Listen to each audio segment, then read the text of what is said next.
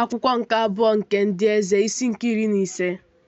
N'afọ nke 7 nke Jeroboam bụ eze Izrel ka Azaraya nwa Amazaya bụ eze Juda malitere ịbụ eze.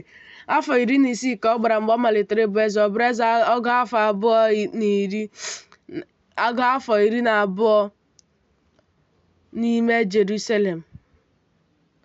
Aha nne ya bụ Jekolaya nke Jerusalem. Omume ihe ziri ezi n'anya Jehova dịka ihe na-esi dị ka Amazaya nna ya mere. Naanị na-ewezuga ya ebe dị elu. Ndị Juda nọ na-achụ aja nsure ọkụ na-esurekwa ihe na-esi isi ụtọ n'ebe dị elu niile. Jehova wee tie eze ahụ ihe, o wee bụrụ onye ekpenta ruo ụbọchị ọnwụ ya, wee biri n'ụlọ ebe pụrụ iche. Ma Jotam nwa eze bụ onye isi ụlọ ya na-ekpe ndị ala ahụ ikpe. Ma okwu Azaraya niile nke fọdụrụ na ihe niile o mere, edeghị ihe ahụ n'akwụkwọ ihe e mere n'ụbọchị nke ndị eze Juda. Azaraya wee so nna ya ha dina n'ọnwụ. Ha wee lie ya n'ebe e liri nna ya ha n'obodo Devid. Jotam nwa ya wee bụrụ eze n'ọnọdụ ya. N'afọ nke 18 nke Azaraya bụ eze Juda ka Zekaraya nwa Jeroboam malitere ịbụ eze Izrel n'ime Sameria ọnwa 6.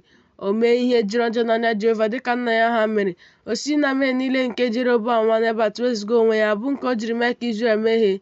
Shalom nwa Jedesh wee kekọta mmadụ imegide ya, tigbuo ya n'ihu ndị Izrel, mee ka ọ nwụọ, wee bụrụ eze n'ọnọdụ ya. Ma ihe Zekaraya mere nke fọdụrụ, lee, edewo ha n'akwụkwọ ihe e mere n'ụbọchị nke ndị eze Izrel. Nke a bụ okwu Jehova nke ọ gwara Jihu sị, ụmụ gị ndị ikom nke ụmụ nke anọ ga-anọkwasịrị gị n'oche eze Izrel wee dị otu a. Shalom nwa Jebesh malitere ịbụ eze n'afọ nke 19 nke Uzaya bụ eze Juda. O wee bụrụ eze ogologo otu ọnwa n'ime Sameria.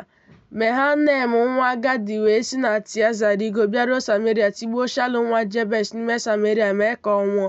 O wee bụrụ eze n'ọnọdụ ya. Ma ihe niile Shalom mere nke fọdụrụ na nkekọta ya nke o kekọtara mmadụ imegide eze, lee, edewo ha n'akwụkwọ ihe e mere n'ụbọchị nke ndị eze Izrel. Mgbe ahụ Mehanem tigburu Tifsa na ndị niile nọ n'ime ya, na oke ala ya niile site na Tịaza, n'ihi na ha emegheghị ya ụzọ. N'ihi ya ka o tigburu ya. Ndị inyom ya niile ndị dị ime ọ gbawara ha afọ. N'afọ nke 19 nke Azaraya bụ eze Juda ka Mehanem nwa Gadi malitere ịbụ eze Izrel afọ 10 n'ime Sameria. O mee ihe jọrọ njọ n'anya Jehova, si na mmehie niile nke Jeroboam nwa Nebat wezuga onwe ya ụbọchị ya niile, bụ mmehie o jiri mee ka Izrel mehie. Pul bụ eze Asiria wee bịa imegide ala ahụ. Mehanem wee nye Pul nnu talenti ọlaọcha 2 na ọgụ 10 ka aka ya wee dịnyere ya ime ka alaeze dị ike n'aka ya.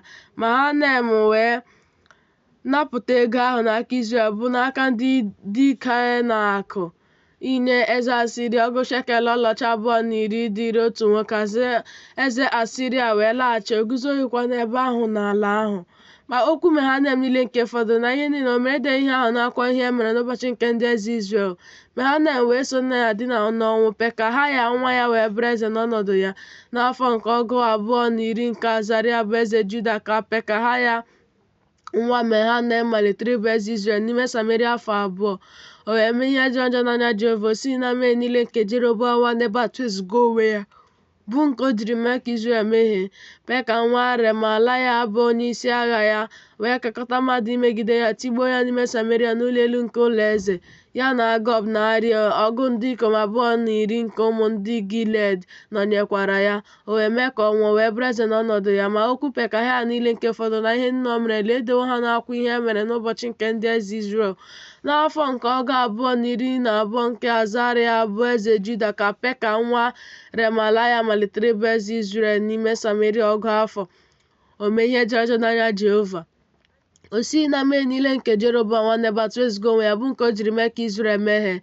N'ụbọchị Peka bụ eze Izrel ka Tiglat-Pilesa bụ eze Asiria bịara were Ijon na Ebel-Bet-Maaka na Janoa na Kedesh na Hazọ na Gilead na Galili, bụ ala niile nke Naftali. O wee mee ka ha jee biri na Siria. Hoshea nwa Ela wee nkekọta mmadụ megide Peka nwa Remalaya, tigbuo ya, mee ka ọ nwụọ, wee bụrụ eze n'ọnọdụ ya. N'afọ nke 1 nke Jotam nwa Uzaya. Ma okwu Peka niile nke fọdụrụ na ihe niile o merela edewo ha n'akwụkwọ ihe e mere n'ụbọchị nke ndị eze Izrel. N'afọ nke abụọ nke Peka nwa Remalaya bụ eze Izrel ka Jotam nwa Uzaya bụ eze Juda malitere ịbụ eze. Ọgụ afọ na ise ka ọ gbara mgbe ọ malitere ịbụ eze, o wee bụrụ eze afọ 16 n'ime Jerusalem. Aha nne ya bụ Jerusha nwa nwaanyị Zedọk. O mee ihe ziri ezi n'anya Jehova dịka ihe na-esi dị nke Uzaya nna ya mere, otu a ka o mere. Naanị na-ewezuga ya ebe dị elu, ndị Juda nọ na-achụ aja na-esurekwa ihe nsure ọkụ na-esi isi ụtọ n'ebe dị elu niile. Onye ahụ wuru ọnụ ụzọ ámá ụlọ Jehova, onye ahụ wuru ọnụ ụzọ ámá nke ụlọ Jehova nke dị n'elu. Ma okwu Jotam niile nke fọdụrụ na ihe niile o mere edeghị ihe ahụ n'akwụkwọ nke ihe e mere n'ụbọchị nke ndị eze Juda. Na mgbe ahụ ka Jehova malitere izitere Rezin bụ eze Siria na Peka nwa Remalaya imegide Juda. Jotam wee so nna ya ha dina n'ọnwa, lie ya n'ebe liri nna ya ha n'obodo Devid nna ya. Ahaz nwa ya wee bụrụ eze n'ọnọdụ ya.